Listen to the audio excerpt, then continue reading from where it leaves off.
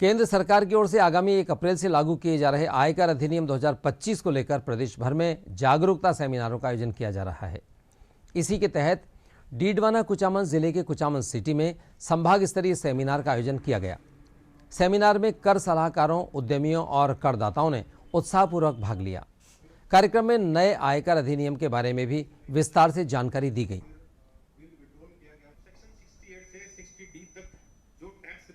भारत सरकार ने एक नया इनकम टैक्स बिल लाई है जो 1/4/26 से शुरू होगा। इसका नाम है इनकम टैक्स एक्ट 2025।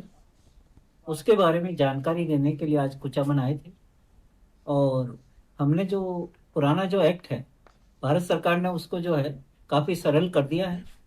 उसके जो सेक्शंस और प्रोविजंस थे उनकी जानकारी देने के लिए आज कुचामन में ये प्रोग्राम आयोजित किया गया। इनकम टैक्स एक्ट 1961 में जो सेक्शंस थे, जो रूल्स थी, उनकी संख्या बहुत ज्यादा थी। नए इनकम टैक्स एक्ट में उसकी संख्या को कम किया गया है।